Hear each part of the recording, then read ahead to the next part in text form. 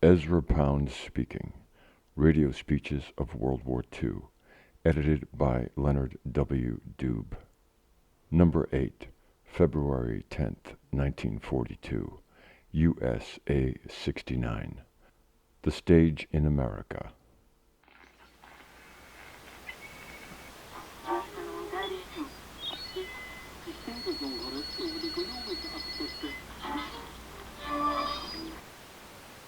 Europe calling, Ezra Pound speaking. Well, perhaps I won't stick to my title very closely.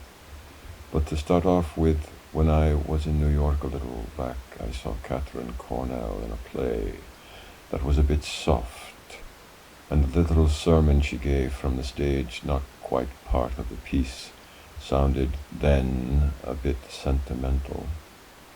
I have no doubt that vague language is used on both sides of the present discussion. We can't all be stylists. I am Chasm, the method of war scares, the method used for getting people worked into hysteria. And part of it is attacking one wrong, appealing to the soft heart, and then by false dilemma offering the hearer a better of sheer bunkum, that is, offering him an alternative and doing a hat trick to make him think it is the only alternative. False dilemma, you call that in a logic class. Thus, with the stink of Russia, no one with any thought in Europe or North or South America believes in the abolition of ownership of everything. East Europe and North America believe in the homestead, from A to Z, and from bedrock to roof tree. The American people believe in the homestead. The members of the floating population, to which the top crust has been reduced, are beliefless. They got no belief. They want this, that, or t'other, tinsel and limelight. The young, I ain't the first to notice it, the young want this, that, or t'other. Often they want something different over 2 weeks. The stronger ones sit it.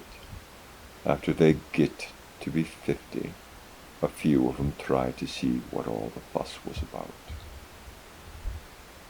Lord knows I volas ma bossa. I wanted metropolitan life, etc. But you can't run a whole state or nation on the predilections of a few writers and artists. When they ripen, as take the case of William Shakespeare, they get to hear of the homestead. The whole and total best of civilizations, Chinese or Western, is based on the homestead. It is not based on nomadic tribes and destructions. Being disgusted, as 98% of all decent men were, with the results of usuriocracy, moneylenders, de-civilization, moneylenders, ruin of the good life in the Occident and everywhere else they could get their dirty hooks onto. A lot of us fell for any alternative. Jumping the part we didn't look at very closely, never stopping to ask, do we believe Marx and Lenin? Hence part of the red and pink Beano. When their hair begins to lose its adolescent hue, a few men begin to think of a system, a working system, a base and basis for human living together.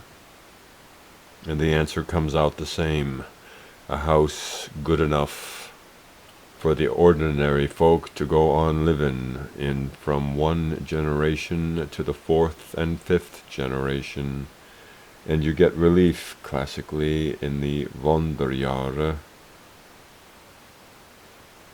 Run around and look at the world, the Keiks and Frank Roosevelt and independent witnesses to tell what is going on elsewhere.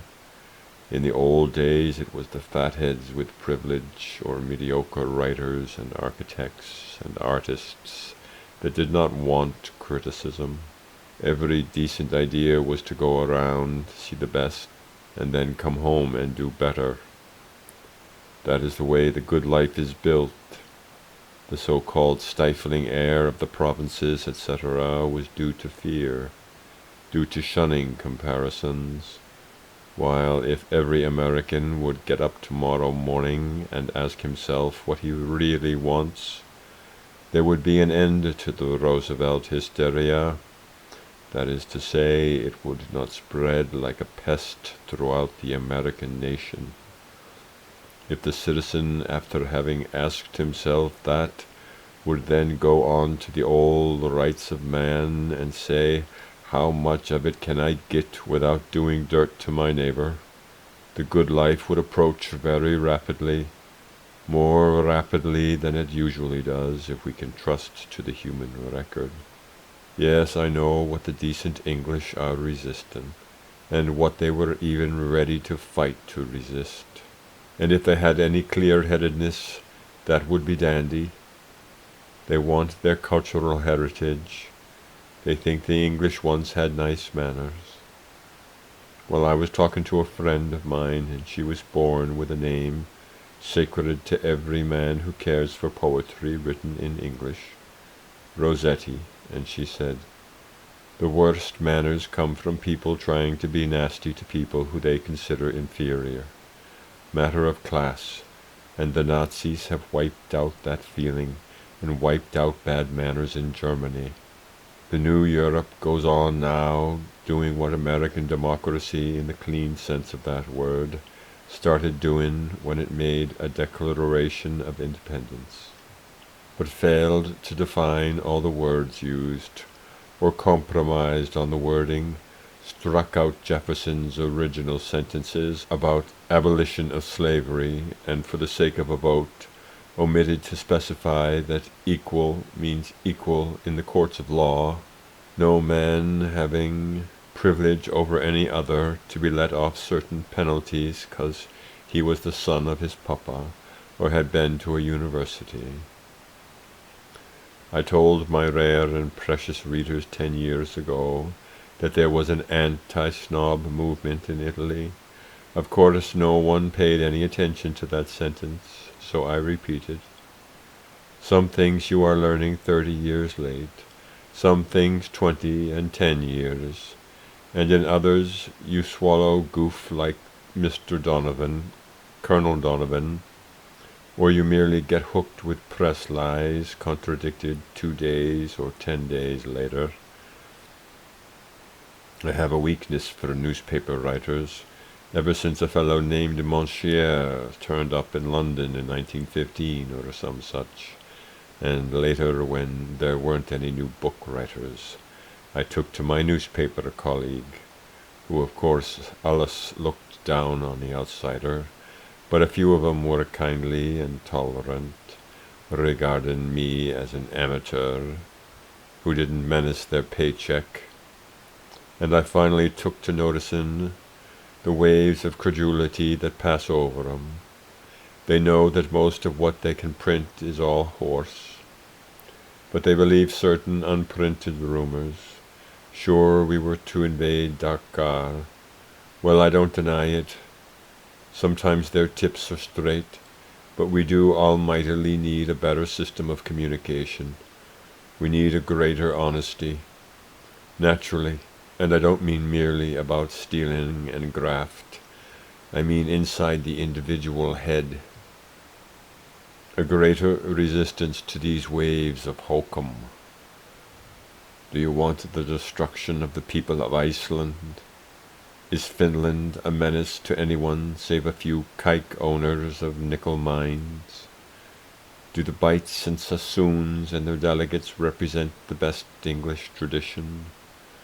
If the United States is to steal and embezzle, wouldn't it be wiser to stick to French, English, and Dutch dependencies in the American hemisphere? And wouldn't it be honester to get same by purchase, even if it meant fewer immediate profits to the tinned meat and armament rackets. End of number 8. Ezra Pound speaking. Radio Speeches of World War II.